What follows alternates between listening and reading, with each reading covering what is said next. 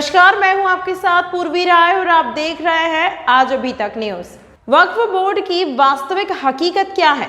जी हां, पिछले 70 सालों के कांग्रेस कार्यकाल में देश की सांस्कृतिक विरासतों, जिन्हें मुगल काल में या तो नष्ट किया गया या फिर उनको तोड़कर मस्जिदें बनाई गई, परंतु आजादी के बाद लंबे अरसे से राज कर रही कांग्रेस सरकार ने मुगल काल में हुए इस काले कारनामे को खत्म करने की बजाय और इसे बढ़ावा दिया, जिसके चलते देश की कई धरोहरों पर अवैध तथा असंवैधानिक तरीके से कब्जा किया जाता रहा।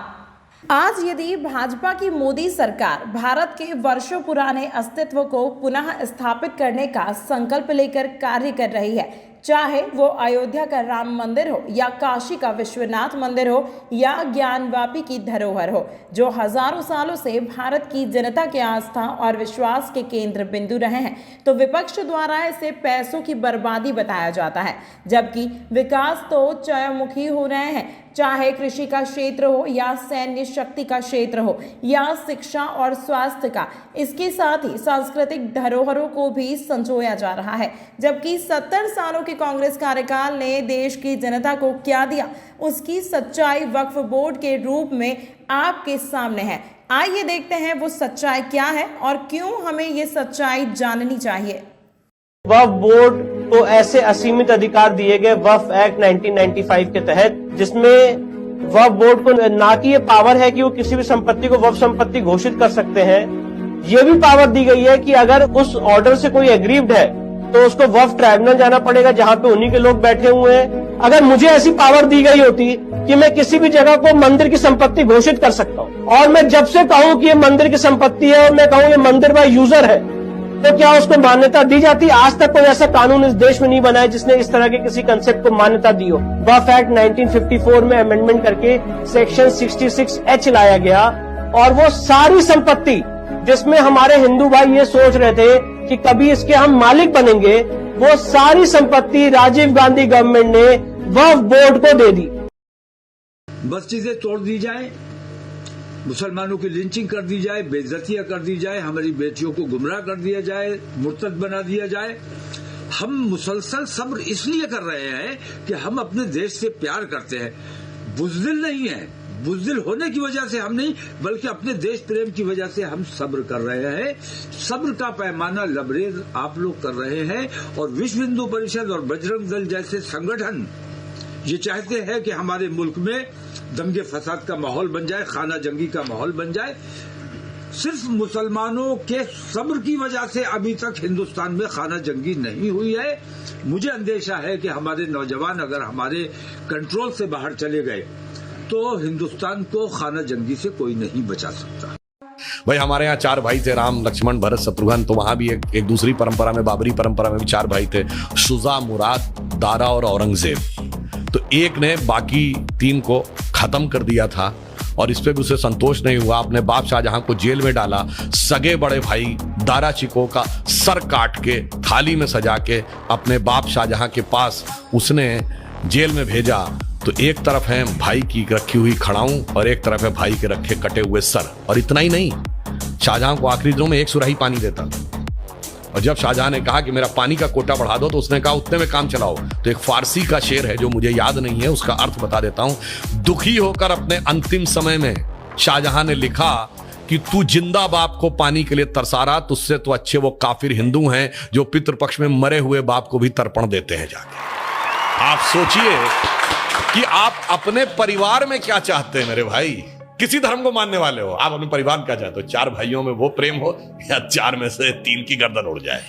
भगवान राम के लिए तुलसी ने लिखा है कि कहत परम पुनीत इतिहासा, अंतिम जो चौपाई है, सवन ही हो तो सकल भ्रम नासा, सुनिए तो सारा भ्रम का नाश हो जाएगा। जैसे मैं एक छोटी सी बात बताना चाहता हूँ।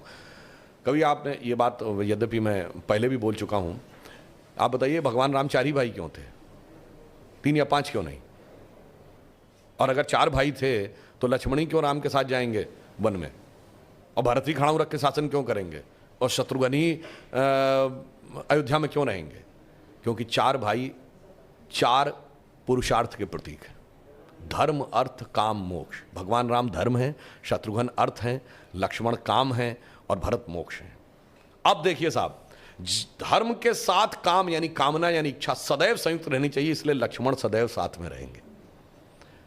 भरत मोक्ष के प्रतीक हैं तो खड़ाऊ रख के यानी धर्म के किसी प्रतीक को रख के तपस्या करेंगे, मोक्ष प्राप्त होगा। और शत्रुघ्न अर्थ के प्रतीक हैं तो इसलिए वो राजधानी में ही रहेंगे, अर्थ कभी छोड़ के नहीं जा सकता। इसीलिए आप देखिए कहा तो जाता राम लक्ष्मण की जोड़ी, मगर तुलसी बाबा ने लिखा हनुमान चालीसा में कि रघुपति कीनी बहुत बड़ाई, तुम मम प्रिय भरत ही संभाई। क्यों? देखिए कामना को तो धर्म सबसे प्रिय होना चाहिए, लक्ष्मण को राम प्रिय होने चाहिए, धर्म को मोक्ष। और फिर मैं एक और बात बताऊं, जो लोग कहते हैं ना राजा दशरथ के 3 रानियां क्यों थी, क्यों? इसमें 2 ही जुड़वा भाई हैं, कौन? लक्ष्मण और शत्रुघ्न। एक कामना एक अर्थ यानी इच्छा और पूर्ति, ये तो जुड़वा भाई हैं। और 3 क्यों होना जरूरी था? ये चारों चीजें एक ही स्रोत से नहीं आ सकती। धर्म सतोगुण से आएगा तो कौशल्या जी सतोगुण का प्रतीक हैं तो राम की मां है। अर्थ और काम रजोगुण से आएगा तो सुमित्रा जी रजोगुण का प्रतीक हैं तो उनसे काम और अर्थ उत्पन्न होगा। और केकई तमोगुण की प्रतीक है, मोक्ष प्राप्त करने के लिए तमोगुण के पार जाना पड़ेगा। इसलिए महाराज दशरथ की 3 ही रानियां हैं, 2 या 4 नहीं। और फिर यहां पे मैं ये भी कह दूं, इन मतलब इसको कोई अन्यथा न ले, मैं मतलब ये नहीं कह रहा हूं, इसमें सबसे सुंदर कौन था? Kaikeyi.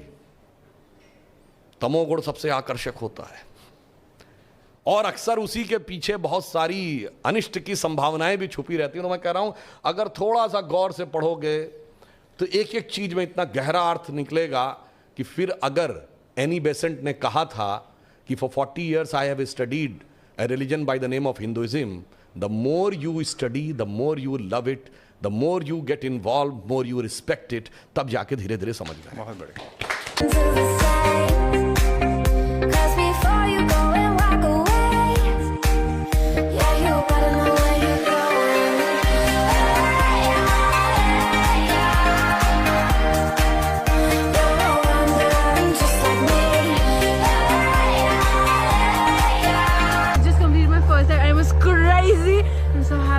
It feels different, guys. एक बार तो सबको करना चाहिए. I will definitely recommend each and every person come and enjoy.